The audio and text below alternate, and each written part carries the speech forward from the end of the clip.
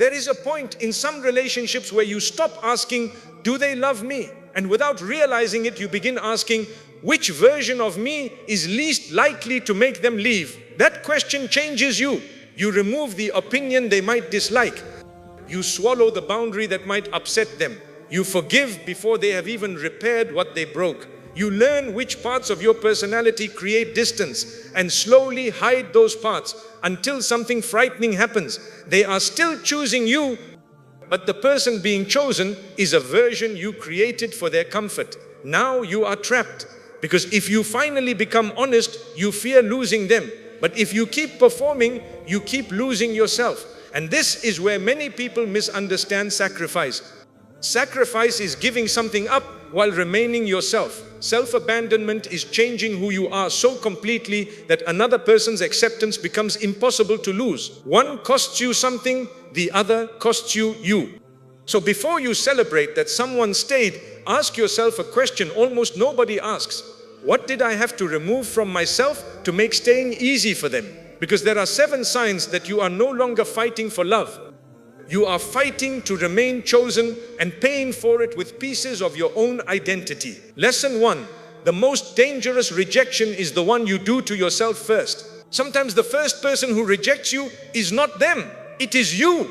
It happens when you silence what you really feel because you are afraid they may leave. You say it's okay when it is not okay. You accept less than you deserve. You keep giving chances even when your heart is tired. You become quieter, softer, easier, and more available because somewhere inside you believe this will make them choose you. But every time you betray your own feelings just to keep someone close, you are sending yourself a painful message. Their presence matters more than my peace. That is where the real damage begins. You start watching their mood more than your own. You start asking, what can I do so they stay? Instead of asking, what is this relationship doing to me? And slowly you disappear inside the connection. You may still have them, but you no longer have yourself. That is too high a price. Being chosen should never require you to become smaller. Real connection does not demand that you hide your needs, lower your standards, or keep proving that you are worth staying for. If someone can only stay when you ignore your pain, then keeping them is not winning. It is self-loss. So before worrying about who chooses you, ask a deeper question. Am I still choosing myself? Because someone walking away can hurt for a season, but abandoning yourself to make them stay can hurt for years. Lesson 2. The moment you shrink to keep them, you stop being chosen. You can keep someone and still lose something more important, yourself. It begins quietly.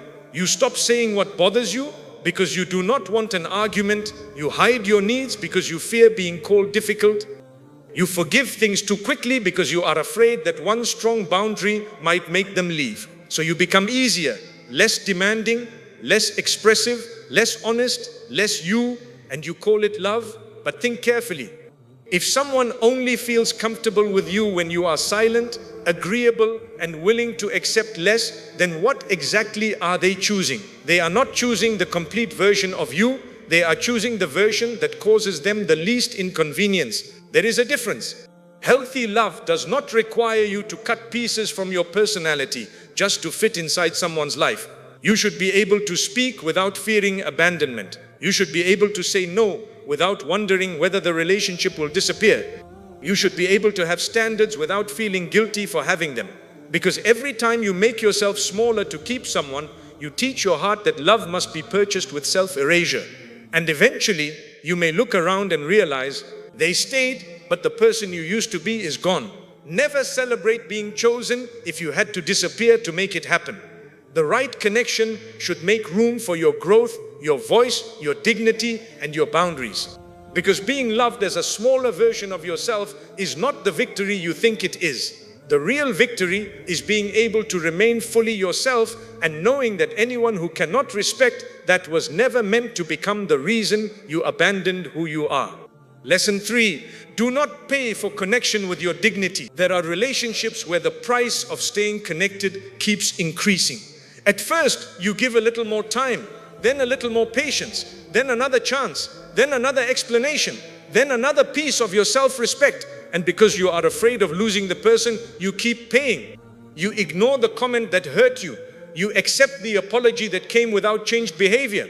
You stay available after being treated carelessly. You keep showing loyalty to someone who keeps making you feel uncertain. And eventually, the relationship becomes expensive in a way money could never measure. It costs your peace, it costs your confidence, it costs your sleep, it costs the way you see yourself. That is when you need to ask, what exactly am I paying to keep this connection alive? Because love can require sacrifice, but it should not require humiliation. There is a difference between compromise and self-disrespect. Compromise says we both adjust. Self-disrespect says I keep losing so you never have to. Compromise protects the relationship. Self-disrespect slowly destroys the person inside it, and many people confuse the two. They think tolerating everything proves they have a good heart. They think remaining silent proves maturity. They think accepting repeated disrespect proves patience. But if someone keeps hurting you because they know you will stay, your silence is no longer protecting love. It is protecting the pattern. Your dignity is not something you should trade for temporary closeness. If someone only stays because you never challenge how they treat you, then the connection is being funded by your silence. If someone only feels comfortable because you never say no, then the relationship is being funded by your fear. If someone keeps receiving access after repeated disrespect, then they learn something dangerous. They can hurt you and still keep you. And once that lesson becomes normal, the cost rises again. This is why dignity matters. Dignity says, I can care about you without accepting everything from you. I can forgive you without pretending nothing happened. I can love you without becoming available for repeated harm. I can miss you and still refuse to return to the same pattern. That is not pride, that is self-respect. You do not have to become cruel to protect yourself. You do not have to embarrass anyone. You do not have to prove a point. Sometimes dignity is simply refusing to negotiate with behavior that keeps damaging you. Sometimes it is leaving the conversation. Sometimes it is reducing access. Sometimes it is stopping the endless explanations. Sometimes it is accepting that the relationship cannot continue in the same form. And yes, that can hurt, because part of you may still want the person. But wanting someone does not automatically make the connection healthy. You can deeply want what deeply drains you. You can miss what repeatedly wounds you. You can feel attached to what is no longer good for your peace. That is why feelings alone cannot make every decision. Your dignity must have a voice too.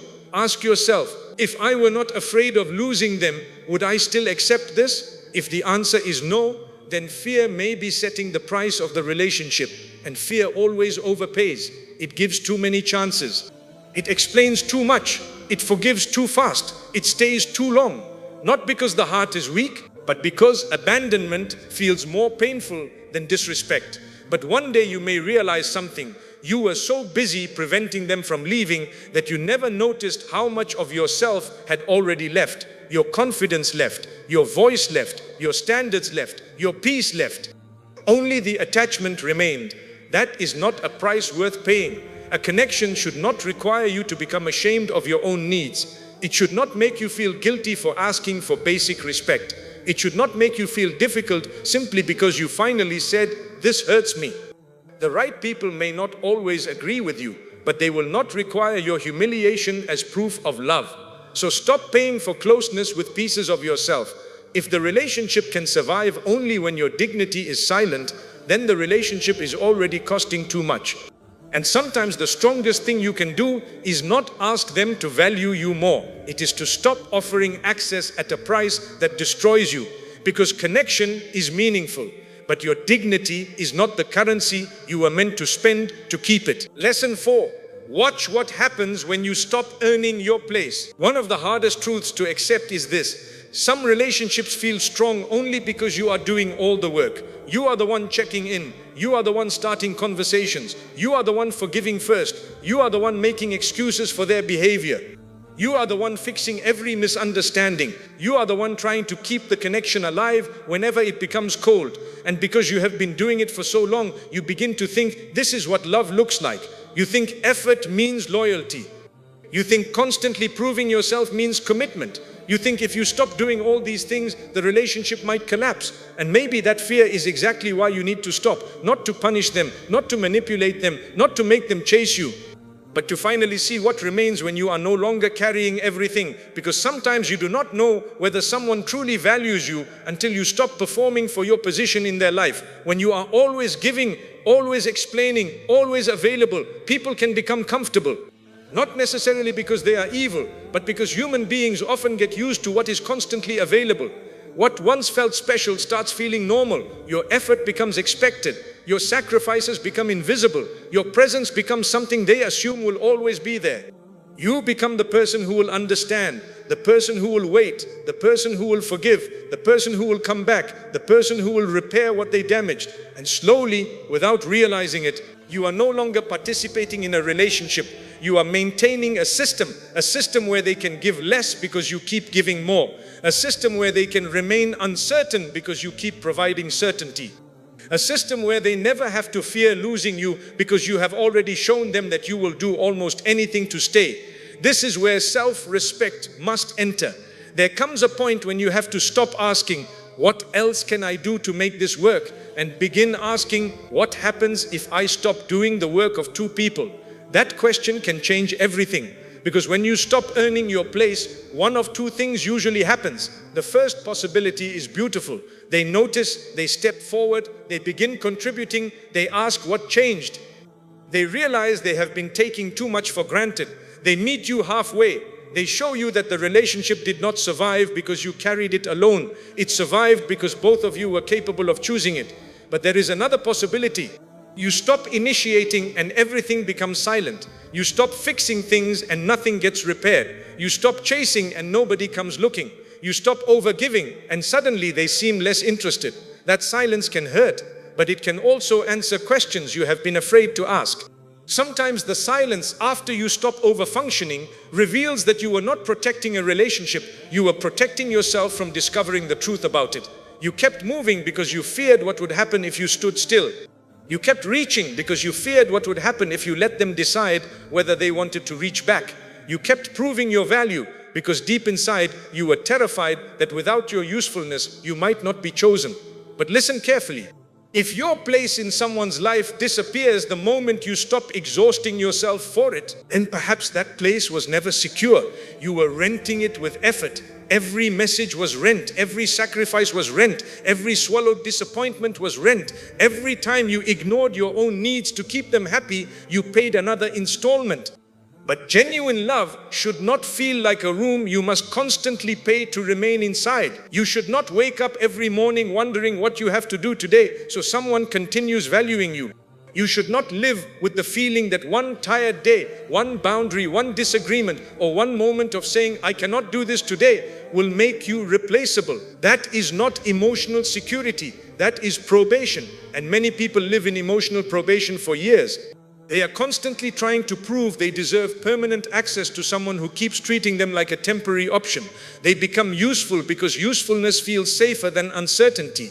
They become endlessly understanding because understanding seems safer than confrontation.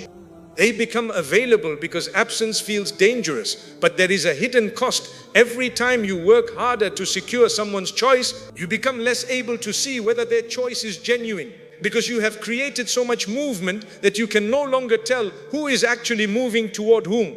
Sometimes you have to become still. Let the conversation sit. Let the silence exist. Let the responsibility fall where it belongs. Let them remember your birthday without a reminder.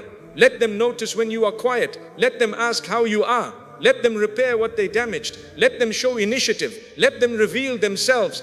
Do not manufacture evidence that someone cares. Give them enough room to provide the evidence themselves. And this is important. Stopping overgiving does not mean becoming cold. It does not mean playing games. It does not mean purposely ignoring someone so they become anxious. That is still being controlled by their reaction. You are simply returning to balance. You are saying, I will no longer do for two people what requires two willing hearts. There is dignity in that. You can care deeply without carrying everything. You can love someone without constantly rescuing the connection. You can be kind without becoming responsible for another person's emotional laziness. You can be patient without turning patience into permanent permission. And you can step back without hating anyone. Sometimes stepping back is not rejection, it is observation. You are observing whether the relationship knows how to walk without you dragging it. You are observing whether they miss you or only miss what you provided.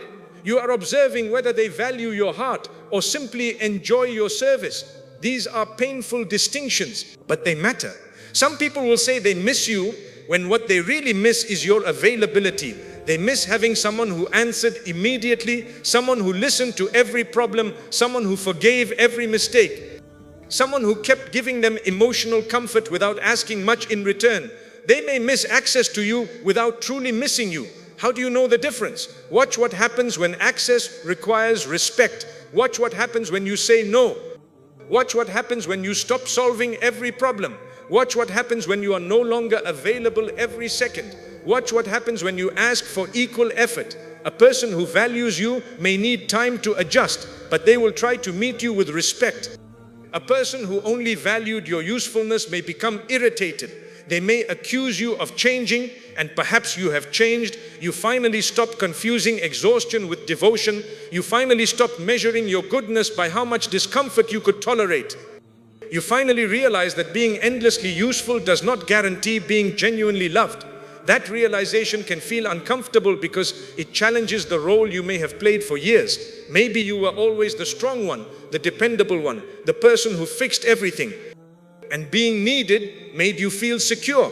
If people needed you, you believed they would not leave. But being needed and being chosen are not the same thing. Someone can need what you provide and still fail to value who you are. Someone can rely on your kindness without protecting your heart. Someone can enjoy your support without ever asking how much it costs you. So stop building your identity around being indispensable. You do not need to become impossible to replace. You need relationships where replacing you is not the point. Relationships where your humanity matters more than your usefulness, where you can have a bad day and still be loved, where you can say no and still be respected, where you can need support instead of always giving it, where you do not have to perform emotional labor every day just to feel secure. This is one of the strongest forms of self-respect, allowing people to show you what they will do when you stop doing everything. Do not rush to fill every silence. Do not fix every distance. Do not chase every change in their mood. Give reality enough space to speak. Sometimes you will discover that someone steps closer. Sometimes you will discover they disappear. Both answers are valuable because clarity may hurt, but confusion drains you for much longer. And if someone leaves because you stopped earning your place, do not immediately assume you failed. Maybe you finally stopped participating in a relationship that required you to constantly prove that you deserve to exist inside it. You are not here to audition forever. You are not here to spend your life performing kindness, loyalty, beauty, usefulness, patience, and sacrifice until someone finally decides you are enough. The people meant to walk with you should also know how to walk toward you. So stop carrying the connection for a moment. Not because you want to lose them, because you need to know whether they were ever helping you keep it. Watch carefully. When you stop earning your place, you may finally discover whether you ever had one. Lesson 5. Some people only choose the version of you that has no boundaries. There is a strange moment that happens when you begin respecting yourself. People who once called you kind may suddenly call you difficult. People who praised your patience may accuse you of changing. People who loved how understanding you were may become uncomfortable when you finally say no. At first, this can confuse you. You wonder whether you have become selfish. You question whether your boundaries are too harsh. You may even feel guilty for protecting yourself. But before you immediately tear down the boundary, ask something deeper. Did they love your kindness? Or did they love the access your kindness gave them? Because there is a huge difference. Some people are comfortable with you only when there are no consequences for hurting you. They love the version of you who always understands, the version who forgives immediately, the version who answers every call, the version who rearranges their life whenever someone needs something, the version who accepts the apology without requiring changed behavior, the version who says, don't worry about it even when it deeply hurt. They call this version of you loving. But sometimes what they actually mean is convenient. You were easy to access, easy to disappoint, easy to return to, easy to control through guilt, easy to keep around without investing very much. Then something changes. You begin listening to yourself. You begin noticing how tired you are. You begin seeing the pattern. you realize that every time they cross a line, you erase the line instead of requiring them to respect it. And one day you decide, enough. You stop answering every demand. You say that something hurt you. You stop pretending disrespect does not affect you. You stop accepting the same apology for the same behavior. You stop rescuing people from consequences they created. Suddenly, the relationship feels different, and their reaction tells you something important. Healthy people may not always like your boundary, but they can respect it. They might feel disappointed, they might need time, they might even disagree, but they do not punish you for having limits. Unhealthy dynamics often become visible only after you set boundaries, because before that, there was nothing for the other person to resist. They were getting everything they wanted. Your time, your attention, your emotional labor, your forgiveness, your availability, your silence, your second chances. Why would they complain? But when you finally create a limit, you discover whether the relationship was built on mutual respect or unrestricted access. That is why boundaries reveal so much. A boundary is not only something you tell another person, it is also a test of the structure of the relationship. It asks, can this connection survive when I am no longer sacrificing myself to maintain it? Some relationships can, some cannot. And when they cannot, the temptation is to remove the boundary so things can become peaceful again. But be careful. Sometimes the peace you miss was only the peace that existed because you were absorbing all the pain. Everyone else was comfortable because you were uncomfortable in silence. That is not peace, that is imbalance. And when the person who has always carried the imbalance finally puts it down, everyone suddenly feels the weight. Then they may say, you have changed. Yes, you stopped carrying what was never yours alone. They may say, you are becoming selfish. Maybe what they call selfish is simply unfamiliar because they benefited from your self-neglect. They may say, you never used to be like this. Exactly. You used to be terrified of disappointing them. Now you are becoming more afraid of disappointing yourself. That is growth. You do not need to become cruel. You do not need to close your heart. You do not need to become suspicious of everyone. Strong boundaries do not require a hard heart. In fact, boundaries can protect your softness. Think about it. When you keep allowing people to cross your limits, resentment grows. You become exhausted. You become bitter. You begin giving with anger. Eventually, the kindness you were trying so hard to protect becomes damaged. A boundary can prevent that. It allows you to say, I care about you, but I cannot continue doing this. I forgive you, but I will not keep volunteering for the same wound. I love you, but love does not give you permission to disrespect me. I want peace, but I will not purchase peace by destroying myself. There is maturity in those sentences, because many people think boundaries are about controlling other people. They are not. A boundary does not say, you must behave exactly as I want. A boundary says, you can make your choices and I will make mine based on those choices. You cannot control whether someone lies, but you can decide how much access dishonesty receives. You cannot control whether someone becomes disrespectful, but you can decide whether you remain in conversations where disrespect becomes normal. You cannot control whether someone keeps disappointing you, but you can stop building your life around the hope that the next disappointment will somehow be different. This is powerful because it removes you from the exhausting job of changing everyone. You do not have to convince people to treat you well. You observe, you communicate, and then you choose accordingly. Some people will adjust because they genuinely care. Others will fight the boundary because the old version of you was easier for them. That is where you must remain awake. Do not automatically interpret resistance as proof that you did something wrong. Sometimes resistance is proof that the boundary was necessary. A locked door only bothers the person who expected unrestricted entry. Think about how often people become angry, not because you hurt them, but because you stopped allowing them to hurt you without consequences. That distinction can save years of your life. You may feel guilty at first, especially if you are naturally caring. You might think, what if they think I don't love them? But love without limits quickly becomes self-destruction. You can love your family and still require respect. You can care for a friend and still refuse to become their emotional emergency room every night. You can love someone deeply and still decide that repeated dishonesty cannot remain part of your life. You can forgive without restoring the same level of access. Forgiveness and access are not the same thing. You can release anger without handing someone the same key again. That does not make you cruel, it makes you aware. Allah did not give you dignity so that you could repeatedly place it beneath someone's feet just to prove that your heart is pure. Patience has wisdom, kindness has wisdom, forgiveness has wisdom, and self-respect has a place too. Do not turn beautiful qualities into tools people can use against you. Your softness should never require blindness. Your kindness should never require self-erasure. Your patience should never require endless exposure to the same wound. There is another reason boundaries matter. They protect you from building relationships based on fear. Without boundaries, you are often saying, I will accept almost anything because losing you frightens me.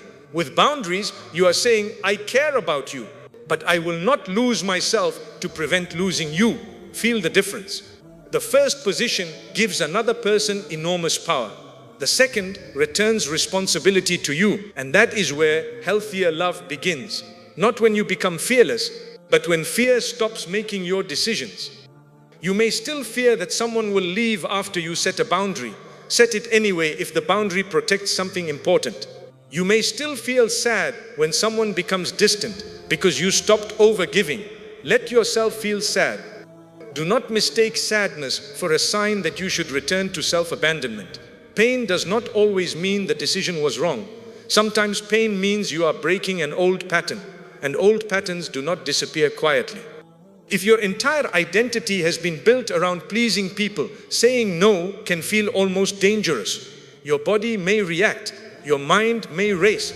You may want to explain yourself for 20 minutes. You may want to send another message softening what you said. You may fear that they now think badly of you. This is where you learn something powerful. A boundary does not need a courtroom defense. You can be respectful and still be firm. You can say what you mean without writing an essay proving you are a good person. You do not need everyone to approve of the limit for the limit to be valid. Some people will misunderstand you. Let them. Some people will call you different. You are. Some people may walk away. And as painful as that may be, sometimes their departure reveals that they were connected to your lack of boundaries more than they were connected to your heart.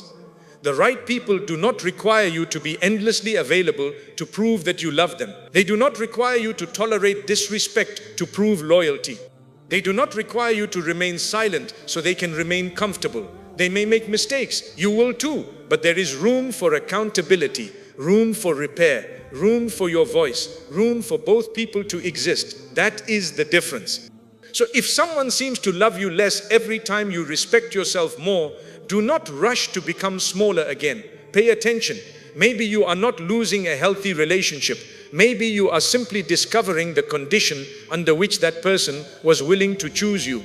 They chose you when you were endlessly accessible. They chose you when you asked for very little. They chose you when your boundaries were weak. Now they are meeting a version of you who can love without disappearing. Let them meet that version. Do not apologize for becoming someone who protects their peace. Because the people who truly value you will not need you to abandon yourself before they can choose you. Lesson 6. Let their confusion end where your self-respect begins. There is a kind of emotional pain that does not come from rejection.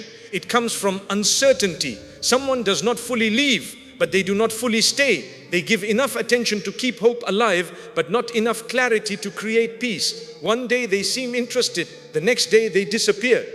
One week they speak as if you matter deeply. The next week you feel like a stranger. They pull you close, then create distance. They say they care, but their actions keep forcing you to guess. And without realizing it, their confusion becomes your daily occupation. You wake up thinking about what they meant. You replay conversations. You study their messages. You wonder why they took longer to reply. You analyze tiny changes in tone. You ask friends what they think. You create explanations for behavior that has never been clearly explained to you. Maybe they are busy. Maybe they are scared. Maybe they have been hurt before. Maybe they need time. Maybe they do not know what they want. And while you are trying to understand them, something quietly happens. You stop understanding yourself. You stop asking what this uncertainty is doing to your heart. That is the trap. When someone is confused about you, you may become so focused on solving their confusion that you forget you are allowed to make a decision too. You are not required to wait forever for another person's clarity. You are not required to place your emotional life on hold because someone cannot decide what place they want you to have in theirs. Their uncertainty may be real. They may genuinely be confused. They may genuinely care about you while also being unable to offer what you need. Both things can be true, but their confusion does not have to become your prison. You can have compassion for someone and still refuse to live inside their indecision. This is where self-respect begins. Self-respect does not always say, choose me. Sometimes self-respect says, if you cannot choose clearly, I will choose what protects my peace. That sentence changes everything, because now you are no longer waiting helplessly. You are no longer treating another person's uncertainty like the final authority over your future. You remember that you have choices too. Many people struggle with this because they think leaving uncertainty means they were impatient. They tell themselves, what if I just give them more time? Sometimes time is needed. Healthy relationships can require patience. People may need time to heal, think, prepare, or make serious decisions. But patience and indefinite waiting are not the same thing. Patience has direction. Indefinite waiting has only hope. Patience is supported by honest communication. Indefinite waiting survives on mixed signals. Patience may include difficulty, but there is usually some form of mutual intention. Indefinite waiting leaves one person emotionally invested while the other enjoys the freedom of not deciding. You have to know the difference. If someone repeatedly says they do not know what they want, believe that information. Do not immediately translate it into, they secretly want me but I need to convince them. Sometimes I don't know simply means they are not able or willing to give you certainty right now. That may hurt, but turning their uncertainty into your mission will hurt more. You cannot love someone into readiness. You cannot overgive someone into clarity. You cannot become perfect enough to force another human being to become certain. And every time you try, you risk turning yourself into an emotional salesman. You begin presenting evidence for why you should be chosen. You become more supportive, more available, more attractive, more patient, more understanding. You think, if I show them enough value, surely they will finally realize. But love should not require a permanent marketing campaign. You should not have to convince someone every week that your heart deserves a clear position in their life. There comes a point when your dignity has to interrupt the negotiation, not with anger, not with revenge, with calm. You say, I understand that you may not know what you want, but I know that living in constant uncertainty is not healthy for me. That is maturity. You are not attacking them. You are not demanding that they become ready. You are simply refusing to become collateral damage while they decide. This is important because uncertainty can become addictive. The unpredictable attention creates emotional highs and lows. When they become distant, you feel anxious. When they return, you feel relief. That relief can feel like love, but sometimes you are not experiencing deep connection. You are experiencing the temporary end of anxiety. There is a difference. If someone repeatedly creates the wound and then becomes the medicine, you can become attached to the cycle. Their message feels powerful because you spent days waiting for it. Their affection feels intense because you feared losing it. Their return feels beautiful because their absence hurt. Soon, peace begins feeling boring while uncertainty feels passionate. That is dangerous. Healthy love should not require constant emotional emergency. It may have challenges, but it should not make you live in permanent confusion about whether you matter. Clarity is a form of kindness. Someone may not be able to give you the answer you hoped for, but mature people try not to keep others emotionally trapped simply because they enjoy being wanted. And you must also become mature enough not to keep yourself trapped. Ask yourself, how long have I been waiting for clarity? What has this uncertainty cost me? How much mental energy have I spent interpreting someone who could simply communicate? How many times have I abandoned my own needs because I was afraid that asking for clarity would push them away? That last question matters. If asking for clarity destroys the connection, then what kind of connection were you protecting?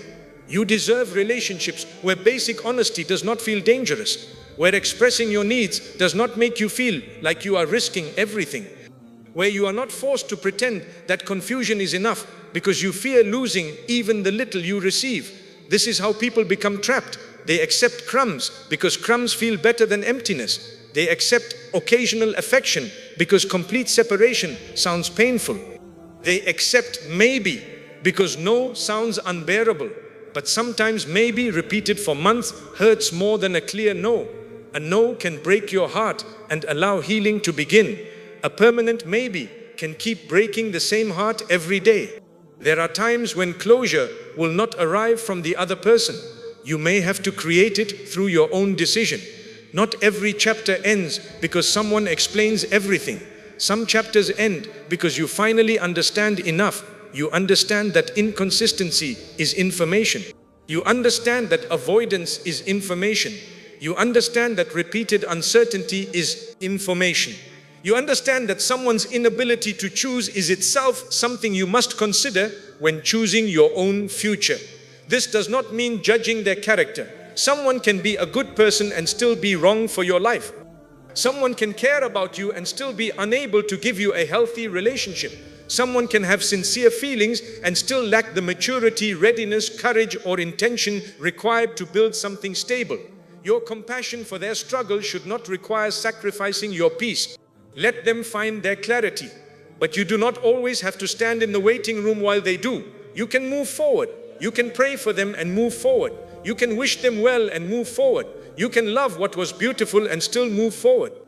Moving forward is not always proof that you stopped caring. Sometimes it is proof that you finally started caring about yourself too. And if one day they become clear, then you can evaluate that reality when it actually exists. You do not have to sacrifice your present life for a future possibility. Do not build a home inside someone's potential. Live according to what is real. What are they showing you now? What are they offering now? What kind of relationship exists now? Not the relationship you imagine could exist if they changed, not the version you hope appears after enough patience. The reality. Self-respect lives in reality. Fear lives in possibility. Fear says, what if they become ready right after I leave? Self-respect answers, then their readiness will be real and I can evaluate it then. But I will not destroy myself waiting for a possibility. That is strength. And sometimes Allah protects you not by changing someone's heart immediately, but by teaching you not to build your worth around another person's decision. You learn to stop begging for clarity from people who repeatedly give confusion. You learn that peace is also guidance. You learn that not every emotional attachment deserves lifelong access. You learn that you are allowed to close a door that someone else keeps half open. That half-open door can consume years. You keep looking back, keep hoping, keep waiting for movement. Meanwhile, life keeps moving. Do not let someone else's inability to decide become the reason you stop living. There is more to your life than being chosen by one person. There are responsibilities, dreams, relationships, acts of worship, opportunities, growth, peace and purpose waiting for the energy you are currently spending trying to decode someone else's heart. Return that energy to yourself, not in bitterness, in wisdom. Their confusion belongs to them. Your decision belongs to you. And sometimes the healthiest ending is simply this: I do not hate you. I do not need to punish you. I do not even need to understand every reason. I just know that I can no longer live here. That is where their confusion ends and your self-respect begins. Lesson 7. Become someone who can be left without abandoning themselves. This may be the deepest lesson of all. Your goal is not to become impossible to leave. Your goal is to become someone who does not disappear when another person leaves. Because if your entire identity depends on someone staying, then every relationship becomes frightening. You cannot relax. You cannot speak honestly. You cannot set boundaries. You cannot disagree freely. You cannot fully be yourself because somewhere inside you is a constant fear. If I do the wrong thing, they might leave. So you begin managing yourself around their presence. You watch your words. You hide certain needs. You tolerate things that hurt. You forgive before you have healed. You become whatever version of yourself seems least likely to be abandoned. And that is how fear quietly becomes the architect of your personality. You are no longer asking, who am I? You are asking, who do I need to become so they stay? That question can destroy a person because no matter how carefully you behave, there is something you must eventually accept. You cannot guarantee that another human being will stay. You can be loyal. they may leave. You can be loving, they may leave. You can communicate well, they may leave. You can forgive, they may leave. You can become the best version of yourself you know how to become. And someone may still decide that their path no longer includes you. This is painful, but accepting this truth can also set you free.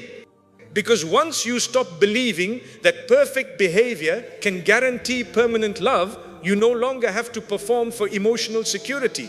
You can start living honestly. You can love people because you love them, not because you are desperately trying to prevent abandonment. You can give without turning generosity into insurance. You can communicate without turning every disagreement into a crisis. You can set boundaries without immediately imagining yourself alone forever. You can become a whole person inside relationships. This is what emotional strength looks like. Not saying, nobody can hurt me. That is not strength. You are human. Loss hurts. Rejection hurts. Being left can hurt deeply. Strength is saying, this may break my heart, but I will not help it break my identity. There is a difference between grieving someone's absence and abandoning yourself because of their absence. Grief says, I miss them. Self-abandonment says, I am nothing without them. Grief says, I wish things were different. Self-abandonment says, my life cannot move unless they return. Grief honors what mattered. Self-abandonment makes another person the owner of your future. Do not give anyone that position. People should be important to you, but they should not become your entire definition. You existed before some of them entered your life. You will continue existing if they leave. There are pieces of you that no relationship created. Your values, your potential, your ability to learn, your ability to serve, your relationship with Allah, your purpose, your future, your character, your capacity to become wiser after pain. These things do not disappear because someone's feelings changed. But when you have spent years building your life around one person's approval, you may forget this. Their leaving feels like the destruction of everything. Not because they were literally everything, but because you stopped investing in the parts of your life that existed outside them. This is why healthy love requires a healthy self. Keep your life. Keep your friendships, keep your goals, keep your private routines, keep learning, keep growing, keep your relationship with Allah alive beyond the relationship. Do not make one person the only place where you receive meaning, comfort, attention, joy, validation, and identity. That amount of emotional weight can crush both people. No human being was designed to become your entire world. And no relationship becomes healthier when one person is terrified that losing it means losing life itself. Love should add depth to your life. It should not replace your entire life. This is where many people misunderstand choosing yourself. Choosing yourself does not mean you always place yourself above everyone. It does not mean selfishness. It does not mean refusing sacrifice. Every meaningful relationship requires sacrifice sometimes. Parents sacrifice. Spouses sacrifice, friends sacrifice. Love often asks you to inconvenience yourself, but healthy sacrifice has a limit. You can sacrifice comfort without sacrificing dignity. You can sacrifice time without sacrificing your entire identity. You can compromise preferences without compromising your deepest values. You can bend sometimes without permanently breaking yourself. The danger begins when sacrifice stops being something you do and becomes who you are. You become the one who gives, the one who waits, the one who understands, the one who forgives, the one who stays no matter what. It may sound noble, but if nobody is asking what happens to you in this arrangement, something is wrong. You are allowed to exist inside the relationship too. Your emotions count, your exhaustion counts, your needs count, your limits count, your dreams count, your voice counts. And if recognizing those things makes someone leave, then the pain may be real, but at least you are no longer sacrificing your entire being to prevent an outcome you could never fully control. Become someone who knows, if you stay, I will appreciate you. If you leave, I will grieve. But I will not chase you until I lose my dignity. I will not destroy my health trying to reverse your decision. I will not become a stranger to myself so you feel comfortable returning. I will not stop living because you chose another direction. This kind of strength is quiet. It does not need revenge. It does not post indirect messages. It does not immediately search for someone new just to prove desirability. It does not pretend not to care. You can care and still let go. That is one of the most mature things a person can learn. Sometimes the strongest sentence is, I wanted you to stay, but I will survive your decision. Not because the connection meant nothing, because your entire existence means more than one connection. And when someone leaves, resist the urge to immediately turn their departure into a verdict about your worth. People leave for countless reasons: timing, compatibility, fear, different goals, immaturity, circumstances, their own unresolved struggles. Sometimes you made mistakes, sometimes they did. Sometimes two sincere people still cannot build a healthy future together. Do not reduce the entire complexity of human relationships to one conclusion: they left, therefore I was not enough. Enough for what? Enough to force another person's feelings? Enough to control destiny? Enough to guarantee that no relationship ever changes? Nobody can meet that standard. Your worth cannot depend on an impossible job. A person staying does not automatically prove you are valuable, and a person leaving does not automatically prove you are worthless. Separate your worth from their decision.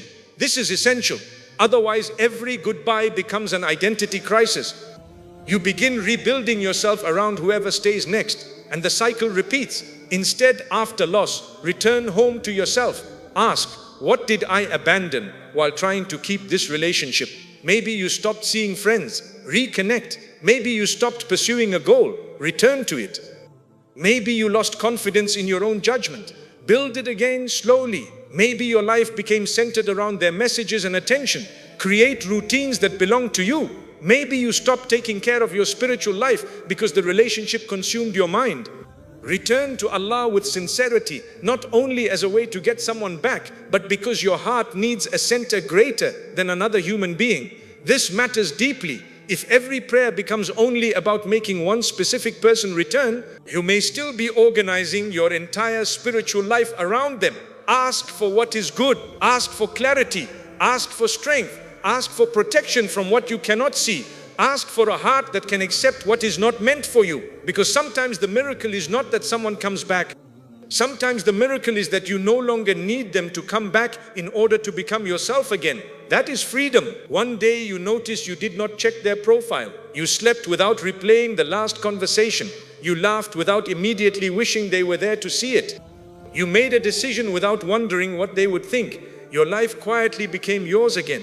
Healing often arrives like that, not with one dramatic moment, through small returns. Your appetite returns, your focus returns, your humor returns, your peace returns, your plans return. Your sense of possibility returns, and eventually you realize they left, but you did not end. That realization becomes part of your strength forever.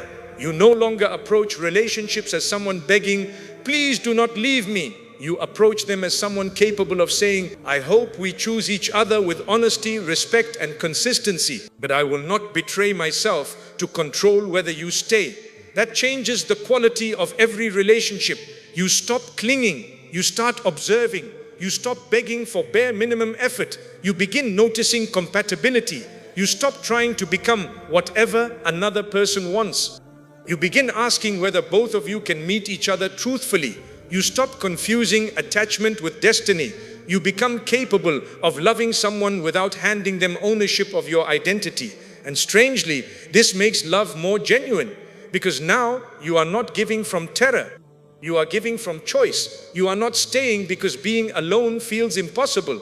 You are staying because the relationship is worthy of your presence. You are not accepting everything because loss terrifies you. You are choosing what aligns with your dignity and values.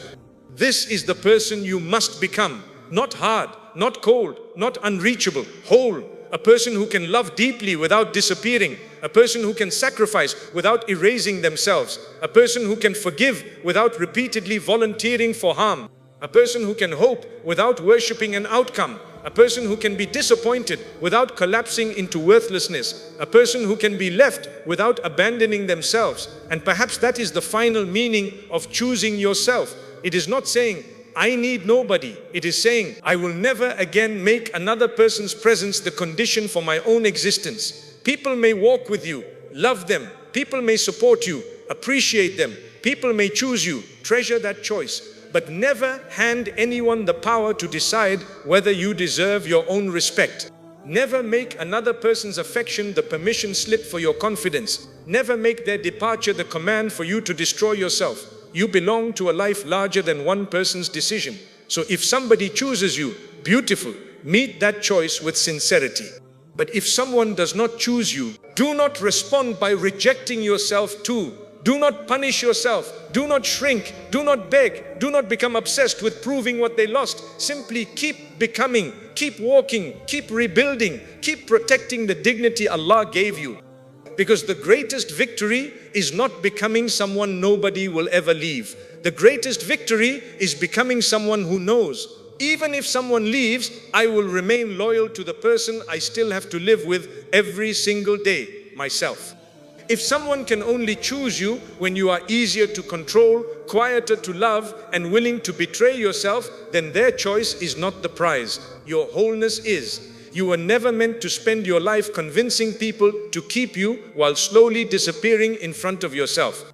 So if they stay, let them stay with the real you. If they leave, let them leave without taking your identity with them. Because the moment you stop begging to be chosen is the moment you finally become someone you can trust not to abandon.